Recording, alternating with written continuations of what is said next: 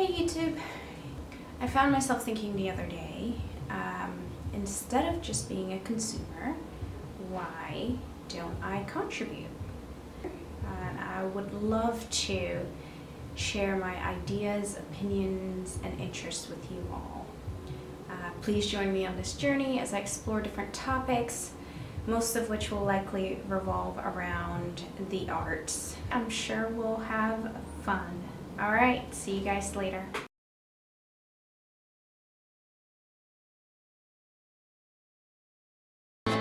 My family ancestry, they've been in the U.S. for a long time. My mother comes from a WASP family. My father comes from a very strong Czech Catholic family. So there's sort of immigrant stuff going on, at least in half my family. I have a PhD from Emory, and now I teach here. Grew up in the suburbs, in middle-class suburbs in the Midwest, in St. Louis. Very white, very boring, very messed up in many ways. And I knew most of my life that I wanted to get away from it. I mean, I think that being a child in the 70s, I was really influenced by the sort of language of civil rights around, it used to be, I remember watching Roots. I mean, it was so powerful for people, but I do think I was raised to think that racism existed in the past and that now we had fixed it. And we were going to go on to be so much better. Magically.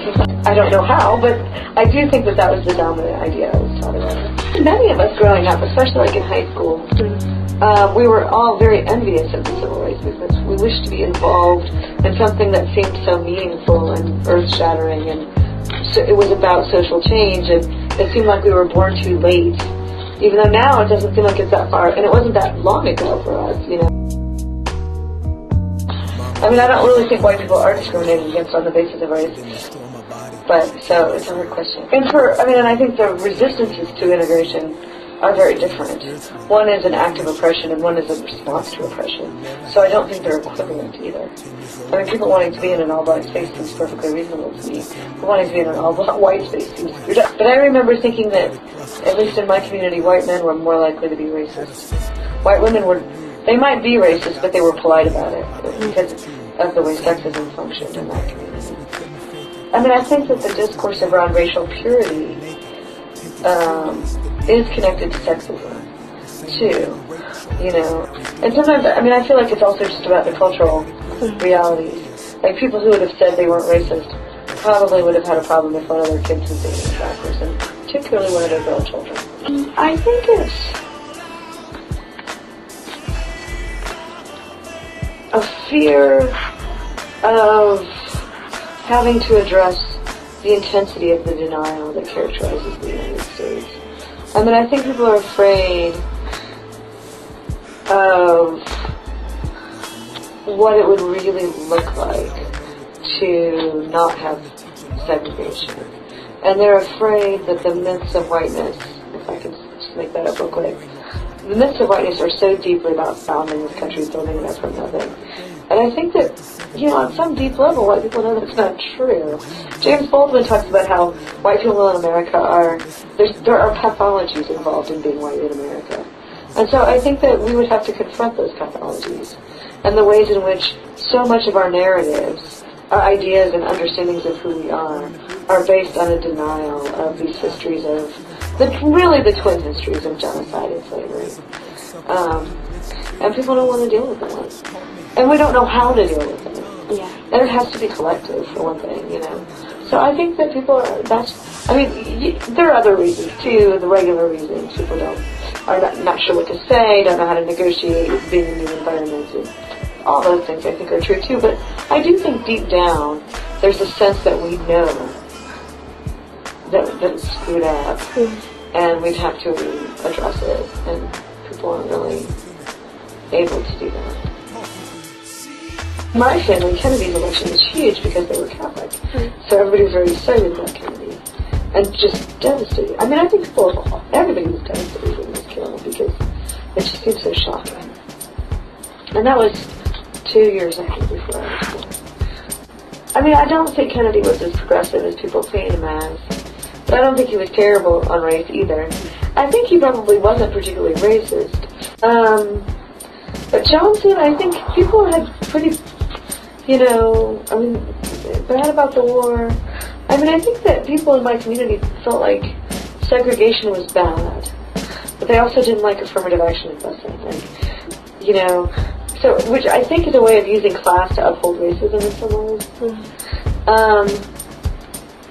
But I certainly wasn't raised in an ideology of segregation, nor did I, but because of the suburb phenomenon, like I said, I don't know what would have happened if I had lived in a more mixed community. Yeah, but now when I think back on Johnson, I think, it's hard to tell what Kennedy would have done. With Johnson, I feel like, the war on poverty was in many ways a good idea. It feels so different from the attitudes of things now. But, no, I don't think he was particularly progressive. But I'm not sure it would have been possible for someone in his office to be. Okay. But I'm not an expert on presidential politics.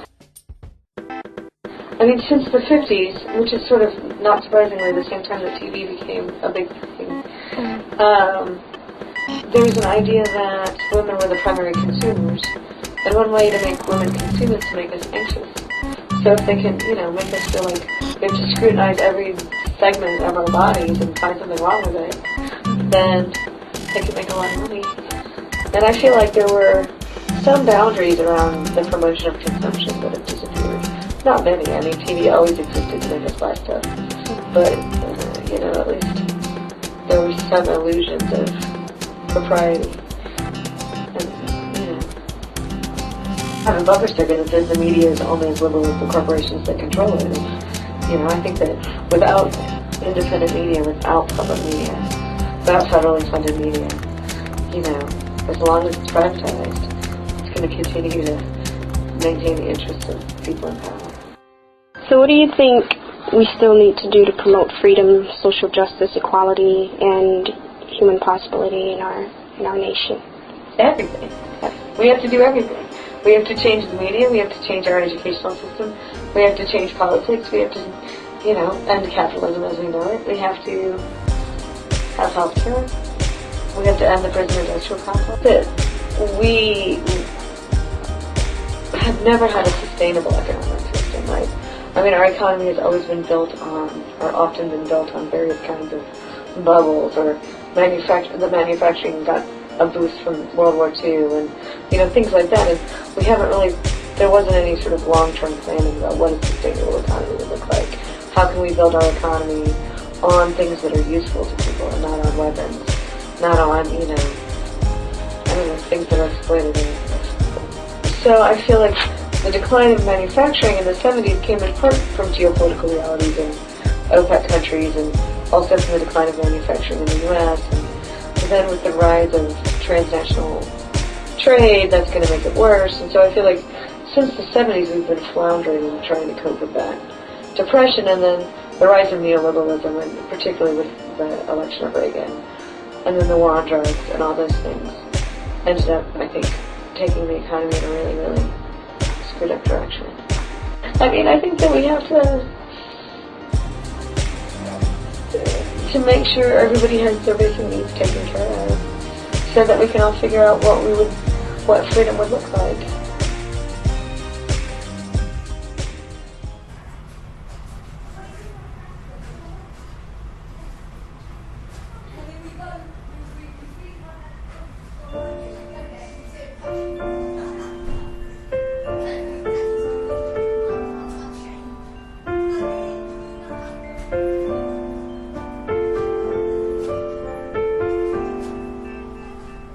Siphon off top layers, leave an etching in the dirt, tracing past the history to dip back to the hurt. Fingers leave a trail on me, a map of what I've done. Each hair that grows precisely shows a timeline and my sum. And you don't know the weight, the clicking of the counter.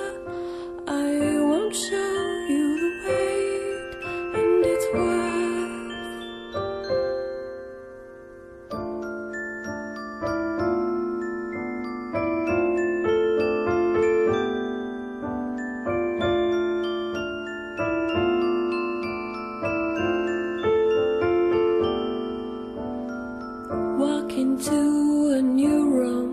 and your static lingers still.